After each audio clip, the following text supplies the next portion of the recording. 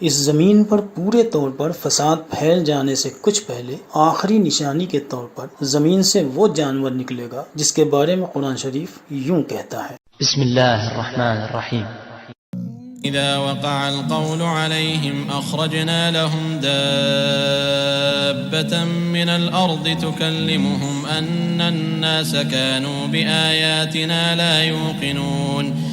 جب ان کے اوپر عذاب کا وعدہ ثابت ہو جائے گا، ہم زمین سے ان کے لیے ایک جانور نکالیں گے جو ان سے باتیں کرتا ہوگا کہ لوگ ہماری آیتوں پر یقین نہیں کرتے تھے۔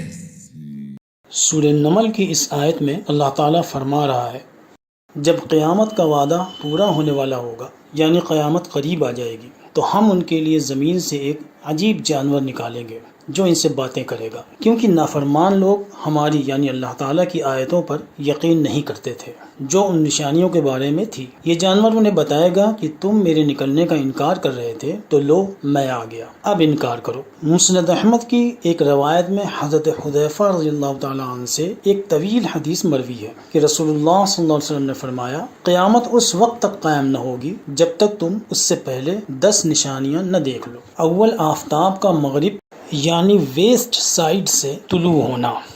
دوم، دخان یعنی دھواں کا اٹھنا۔ سوم، دابہ یعنی عجیب شکل والا جانور۔ چہارم، یاجوج ماجوج کا نکلنا۔ پنجم، عیسیٰ علیہ السلام کا زمین پر واپس آنا۔ ششم، دجال کا ظاہر ہونا۔ اور نمبر 7، نمبر 8، نمبر 9 3 بار خسوف کا ہونا یعنی زمین کا دھسنا، ایک مغرب میں ہوگا، دوسرا مشرق میں اور تیسرا جزیرۃ العرب میں۔ اور نمبر 10، ایک آگ جو غیر عدن یعنی یمن سے نکلے گی اور لوگوں کو ہانکتی ہوئی میدان محشر کی طرف لے چلے گی۔ راستے میں جس مقام پر لوگ رات گزارنے کے لیے ٹھہریں گے، یہ آگ بھی ٹھہر جائے گی، صبح پھر ان کو ہانک کر لے چلے گی۔ اس روایت کا ذکر مسلم اور ترمذی شریف میں بھی ہے اور یہ حدیث حسن و صحیح ہے۔ اس حدیث پاک سے قیامت کے قریب زمین سے ایک ایسے جانور کا نکلنا ثابت ہو گیا جو لوگوں سے باتیں کرے گا۔ بہت سے لوگ جو حدیث پر یقین نہیں رکھتے یا قرآن پر یقین نہیں لاتے، وہ ان باتوں کا انکار کرتے ہیں۔ اس جانور کے عجیب الخلقت ہونے کی طرف بھی اس حدیث میں اشارہ کیا گیا ہے اور یہ بھی بتایا گیا ہے کہ یہ جانور عام جانوروں کی طرح توالد و تناسل کے طریقے پر نہیں پیدا ہوگا، یعنی جس طرح سے عام لوگوں کی پیدائش ہوتی ہے، عام انسانوں یا جانوروں کی، اس طرح سے نہیں پیدا ہوگا، بلکہ اچانک زمین پھاڑ کر اس میں سے نکلے گا۔ اس کی ایک مثال حضرت صالح علیہ السلام کے واقعے میں بھی موجود ہے، جب ان کی قوم کے کہنے پر انہوں نے اللہ تعالیٰ سے دعا کی تھی اور ایک اونچنی چٹان کو پھاڑ کر نکلی تھی۔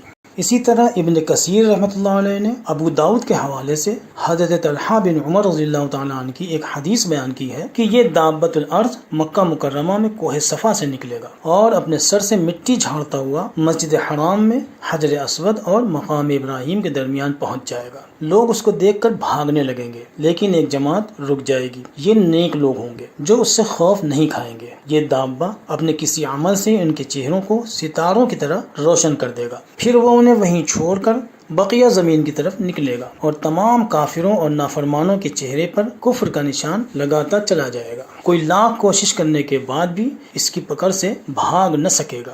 یہ جانور ہر مومن یعنی فرما بردار اور کافر یعنی نافرمان کو اچھی طرح پہچانتا ہوگا۔ شیخ جلال الدین محلی نے فرمایا کہ دابہ کے نکلنے کے بعد امر بالمعروف یعنی اچھی بات کہنے اور نہی عن المنکر یعنی بری بات سے روکنے کا حکم اٹھا لیا جائے گا، اور اس کے بعد کوئی کافر اسلام قبول نہ کرے گا۔ اس کے بعد دنیا میں وہ کوہرام مچے گا جسے عام طور سے لوگ قیامت صغرا یعنی چھوٹی قیامت سے تعبیر کرتے ہیں۔ اللہم احفظنا من کل بلاء الدنیا وعذاب الآخرہ۔ اے اللہ، دنیا کی ہر بلا سے ہماری حفاظت فرما اور آخرت کے عذاب سے بھی۔